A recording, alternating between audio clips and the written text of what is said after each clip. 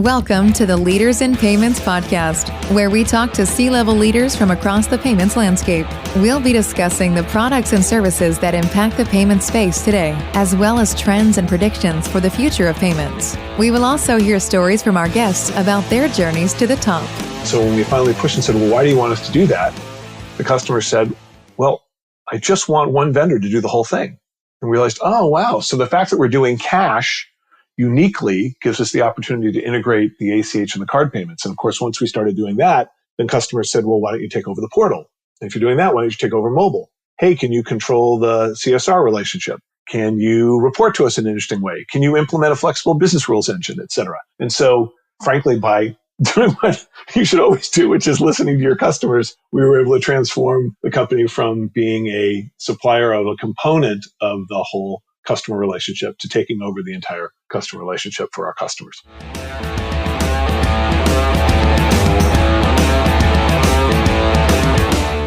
That was Danny Shader, the CEO of PayNearMe, and this is episode 38 of the Leaders in Payments podcast, and Danny is our special guest this week. I'm your host, Greg Myers, and hey, before we get started, if you happen to office in Houston, Austin, or North Texas, check out Fuse Workspace, where their mission is to help others do more. Check them out at Fuse, F-U-S-E, workspace.com. Okay, back to the show. Danny was born and currently lives in Palo Alto, California, but in between, he spent time in New York and LA.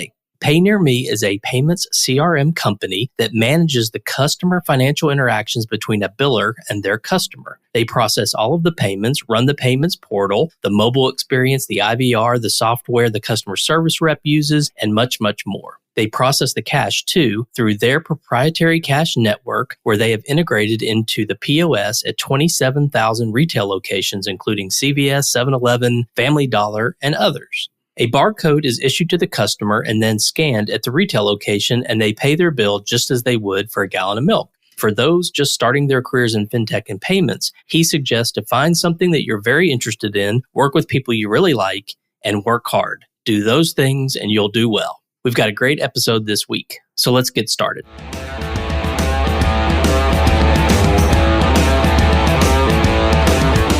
Hi, Danny. Thank you for being here, and welcome to the Leaders in Payments podcast. Great to be here. Thanks for having me. All right, so let's dive right in. Tell our audience a little bit about yourself, maybe where you grew up, where you went to school, where you currently live, a few things like that. Sure. I was born in Palo Alto, California. I live in Palo Alto, California. In fact, probably about 500 yards from where I was born. I was like a salmon that swam back home because I actually grew up in New York and LA, but eventually came back here. Oh, wow. Okay. Let's talk about the company, PayNearMe. So tell us what PayNearMe does. PayNearMe is essentially a payments CRM company. So we manage all of the customer interactions for billers who are our customers, sort of everything that happens between the biller's customer service rep, and the underlying system of record that's tracking that customer's financial relationship with the company. So we're processing all the payments, we're running the payment portal, we're running the mobile experience, we're running the IVR, we're the software that the customer service rep interacts with. We are controlling all the business logic about who can pay with what form of tender when. We're controlling the auto payments. We're controlling the engagements, all the reminders, all the auto pay, all the future scheduled payments. And then we're processing the cash through our proprietary cash transaction network that is like nothing else in the world. And then we are insourcing, ACH processing and card processing. And then we're integrating all that into things like Apple Pay and Google Pay, and et cetera. Okay. And how long has the company been around? The company's been around for about 12 years. And we originally built this cash transaction network. We were processing cash in a way that we should probably talk about that's very unique. And customers for whom we were processing cash said, hey, you do such an amazing job with our cash. Why don't you take over our card payments or our ACH payments? And actually, I, as the genius CEO that I am, didn't want to do that and kept saying no, because in my view, that was a commodity business. And, there's no way we could compete with very large players. And eventually one of our customers basically yelled at us and called us not nice things because we didn't want to take over all their business. And so when we finally pushed and said, well, why do you want us to do that? The customer said, well, I just want one vendor to do the whole thing. And we realized, oh, wow. So the fact that we're doing cash uniquely gives us the opportunity to integrate the ACH and the card payments. And of course, once we started doing that, then customers said, well, why don't you take over the portal? If you're doing that, why don't you take over mobile? Hey, can you control the CSR relationship? Can you report to us in an interesting way? Can you implement a flexible business rules engine, et cetera? And so, frankly, by doing what you should always do, which is listening to your customers, we were able to transform the company from being a supplier of a component of the whole customer relationship to taking over the entire customer relationship for our customers. Okay. And how big is the company? We're processing billions of dollars per year. We're around 100 people, growing rapidly, about 50% per year. And I think we can sustain that for quite a while.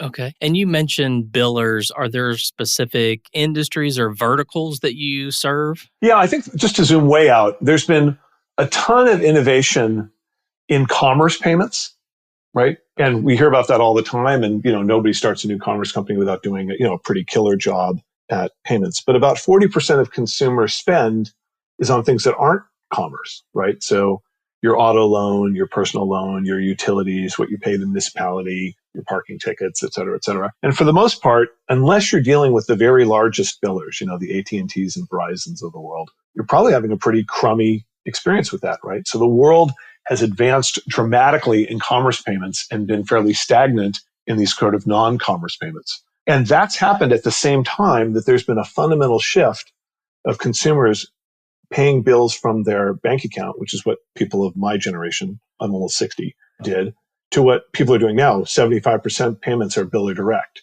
And so people are going to the billers and they're having a really lousy experience. But they're going to the billers because the biller's system has all the information they need to either access or impact in real time, right? The biller system knows how much they owe. If they make a payment, the biller can credit that payment in real time. None of that's available typically through the bank website. Also, consumers, many times, particularly in this climate, want to switch tender types. So they may pay with a debit card one time and an ACH another time, and then a cash another time because they're short or they're overdrawn and they don't want their deposit in their bank account to credit their overdraft rather than going to the biller. And so, again, zooming out, huge amounts of payments, lousy payment experience, absolutely need to happen at the biller websites. And the billers themselves typically don't have the development resources to go get a Stripe or a Braintree or something like that. And they don't have any ability to do cash. And so they don't have the ability to build a killer experience unless they are absolutely one of the largest billers in the world. And so what we do is we fill that gap. We come in and we have a complete software system that plugs into their system of record and can extract, normalize, and relabel information from that system of record and post, and then present that information in ways that our billers want through any payment channel, right? IVR, web, mobile, et cetera, customer service, agents, process all the tender types, control all the business logic, and do everything else. And they can do that without the biller having to consume very precious development resources that they would probably rather put into something like their risk management system or some other something else gives them proprietary advantage. Does that make sense?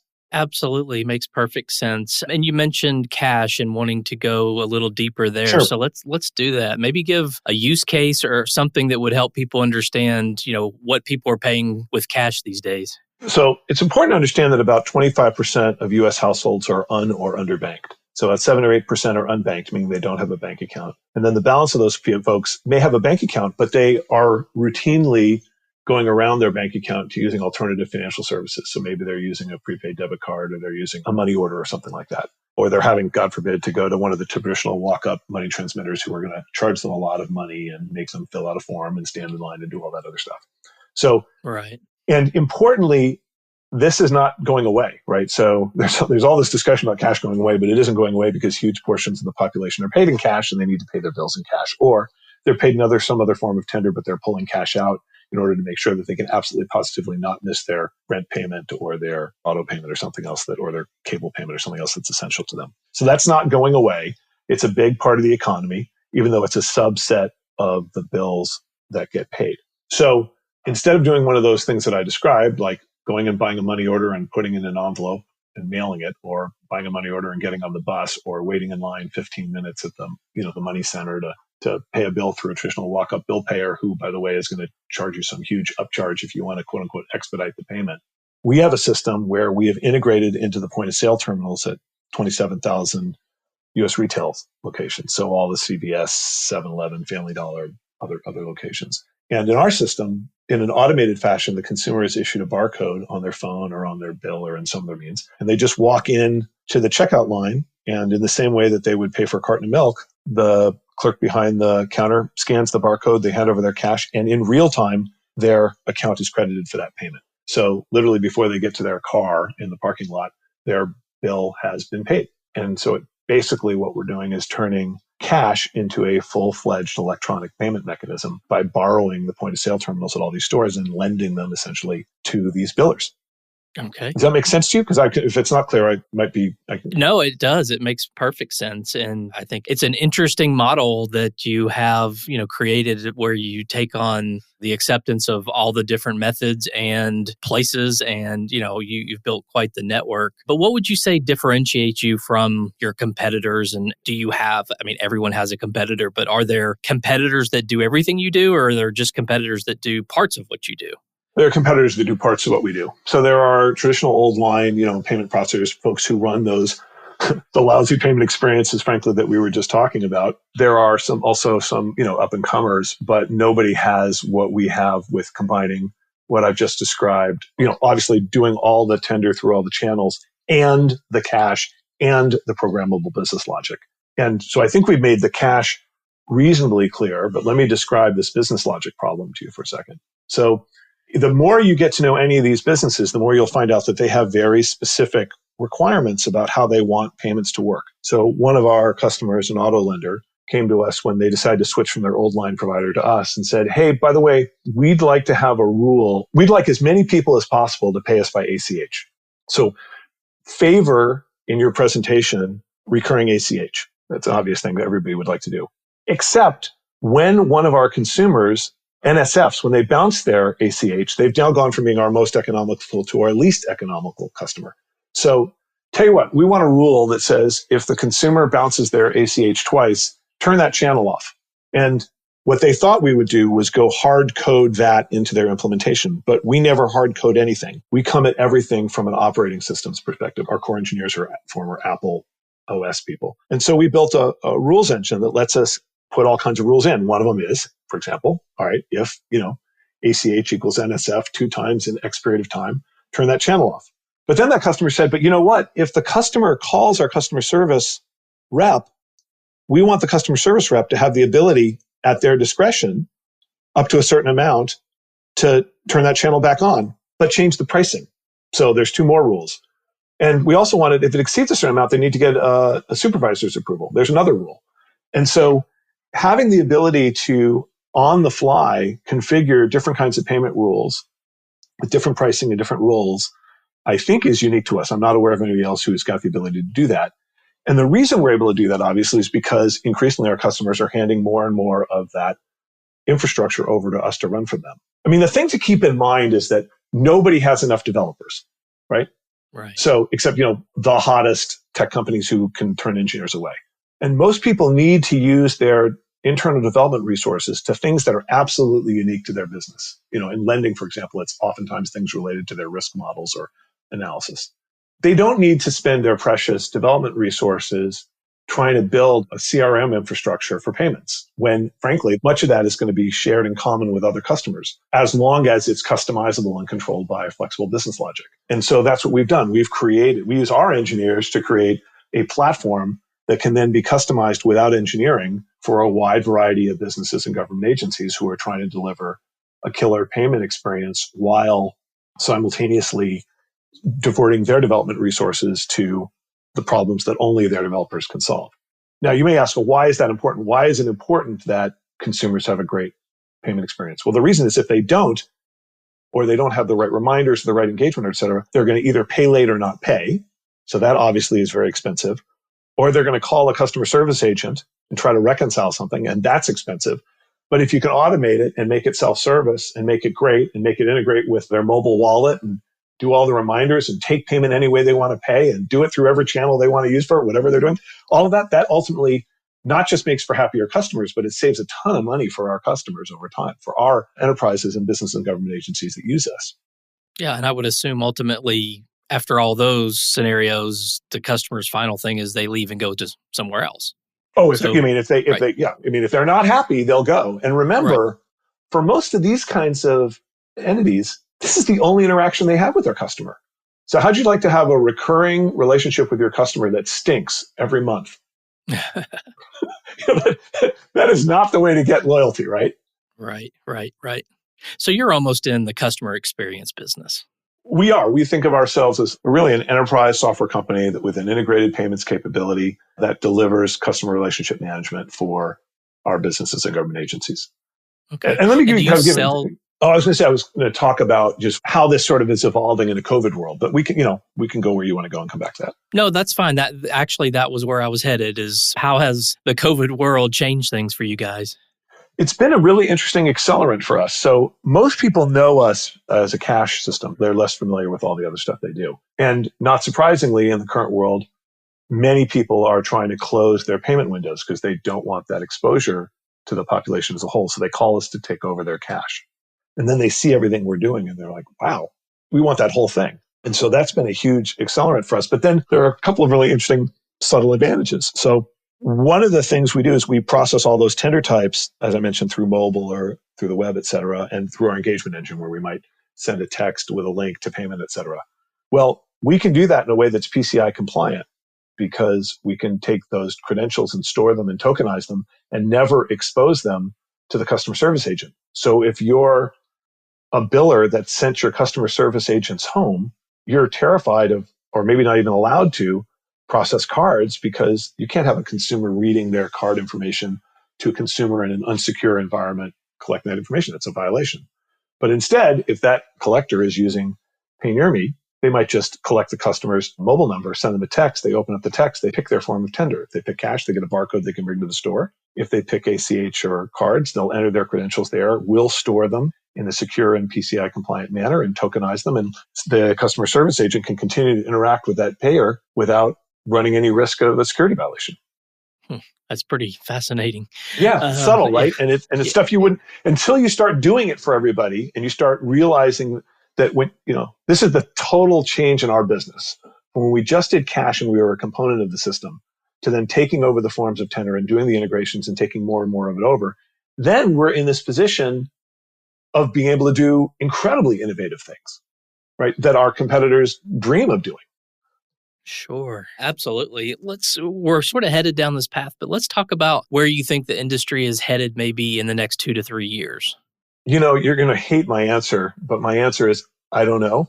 I think the thing that's happened is that payments has gone from being really stagnant to being super innovative. And I think anybody who can sit here and tell you what's going to happen in a particular industry segment 2 or 3 years from now is deluding themselves. So what matters instead, I think, is that the vendors who are going to make it are the ones who are going to fundamentally engineer flexibility into their platform. So it is a religious mantra for us that we treat this stuff like an operating system or like a flexible, extensible platform and don't hard code or custom code anything. And that way, whichever way our customers want to innovate or the world evolves, we have the highest probability of being able to adjust and meet those demands as they emerge.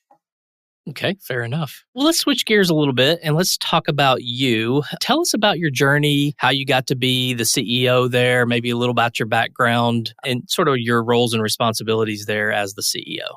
Well, let's talk about how I got here. I'm a serial entrepreneur. I've been working for other startups and now, running my own startups for quite a while. The first company I did was actually a PayPal-like company ahead of PayPal. So back when PayPal was still Confinity, we started what I think was the first P2P payments company called Accept.com. This was back in the first bubble in 99. And that was when eBay was selling everything and Amazon was selling books, music, and video. Mm-hmm. But Amazon and Jeff correctly saw, as we now know now, they wanted to be the store where you could buy everything and turn themselves more into a platform. And they needed payments infrastructure. And so they acquired Accept.com. And I and my team all moved to Seattle and we became Amazon execs. I actually became Jeff Bezos' first executive shadow. Our code was the beginning of Amazon payments and worked there for a while. And then I left and built a wireless messaging company called Good Technology that competed with, back then, BlackBerry on non-BlackBerry hardware. And that was acquired by Motorola. And then I briefly was another startup. And then I started this almost 12 years ago. Okay. And obviously, as the CEO there, maybe talk about your... What do I do? Yeah. What do you actually do? I think my job is to help set the overall direction and recruit amazing people. And then all the real work, frankly, is done by the amazing folks on my team and the people who work for them. I set direction and break ties and make sure there's cash in the bank and manage the board. But I am proud to say that I am by far probably the dumbest person on the executive staff at PayNearMe. And, and I'm not saying I'm dumb. I'm just saying that we have incredibly smart, capable people driving the various functions of the business. And I will admit this to friends in private, which is that I studied engineering, but I wasn't a very good engineer. But I liked engaging with engineers and I like engaging on product stuff, even though I'm not necessarily a great product guy. But since I'm CEO, folks have no choice but to talk to me. And so I get to engage with them on all these topics that I find fascinating. That's great. Did you raise money for this business? Oh, yeah. PayNearMe's raised over $100 million to date. Okay. Yeah. It's a very well-funded, venture-funded business. Okay. And what is your view on going out and raising money? Tell us one of the great stories or maybe one of the horror stories if you have one.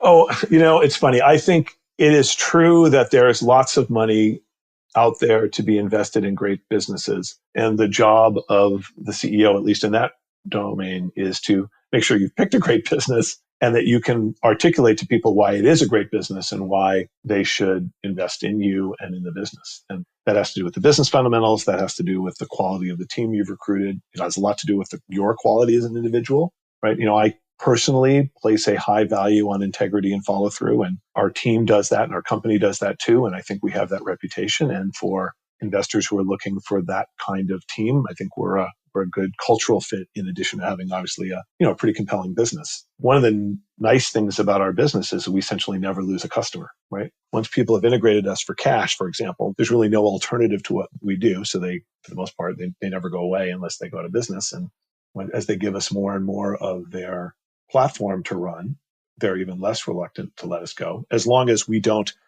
do stupid stuff, right? Like there are some companies who will go nameless who we know you get embedded with them and then they will jack up their prices and jack up their prices and jack up their prices and jam their customers because they're stuck. We have the opposite view. We take, I think, sort of the AWS view of the world, which is what you should be trying to do is continue to deliver more and more and more and more value and earn the right to retain your customers by the way you treat them, not by the way you lock them in. Right. I think that's good advice. Maybe talk about one thing that you're passionate about that's work-related and one thing you're passionate about that's personal or non-work related.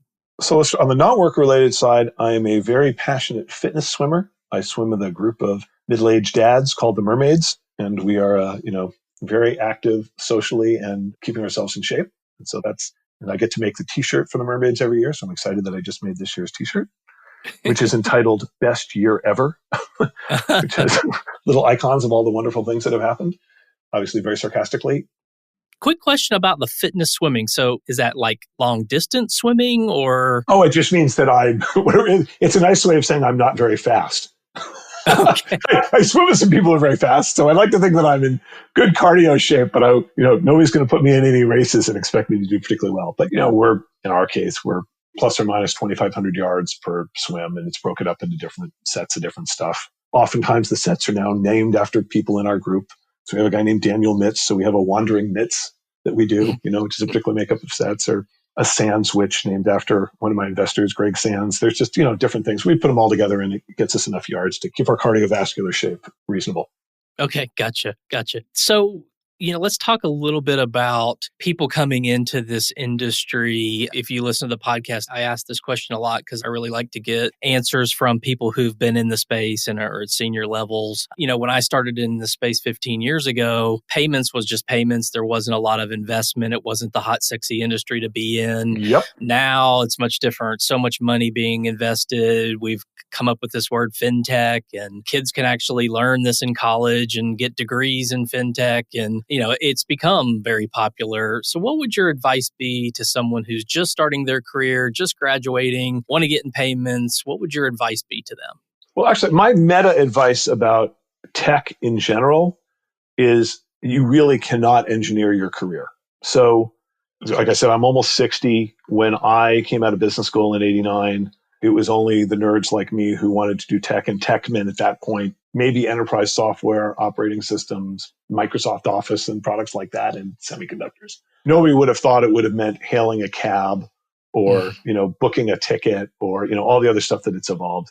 And my assertion is, like I said before, I don't think we have any idea what this is going to look like 20 years from now. I recently got a Peloton, and that's such a fascinating it's a great product, but it's also such a fascinating combination of entertainment, fitness, hardware, software, and the internet, right? Who would have anticipated that? So if you're building your career to try to figure out where the stuff is going, I think you're wacky. I think what makes more sense is to work on stuff you really think is cool with people you really like. Because if you do those things, you're going to do really well. You're going to work really hard. And if you do work really hard and it's fun, you're going to do well. And if you do well, your network is going to propel your career forward. And so I think optimizing in general on those things, since we're in a rising tide anyhow, it will just let you go along with whatever emerges and fascinates you. And if, by the way, if that happens to continue to be things you can start in fintech, and if it stays in fintech, great. But you might find that fintech turns into something else in the same way that other things turn into fintech. And so I think that's the best plan. But certainly that's what I'm telling my daughters.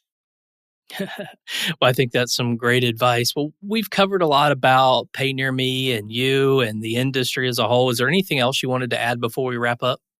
Well, I just think it would be useful to make clear, who we think is the best possible fit for us. So we want to engage with any of people who are listening who are typically managing recurring billing, where they don't necessarily want to go out and custom code their own customer relationship management system by buying components and cobbling things together. If they're handling recurring payments through multiple channels, and they want to increase their payment volume, decrease their customer service calls, and spend their engineering resources on things that are proprietary to their business, then we want to talk to them.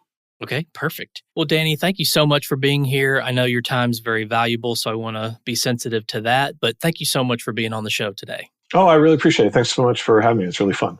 Yeah, I had a good time. And to all you listeners out there, I thank you for your time as well. And until the next story. Thank you for joining us this week on the Leaders in Payments podcast. Make sure you visit our website at leadersinpayments.com, where you can subscribe to the show and where you'll find our show notes. If you enjoyed listening, please share on your social channels as well.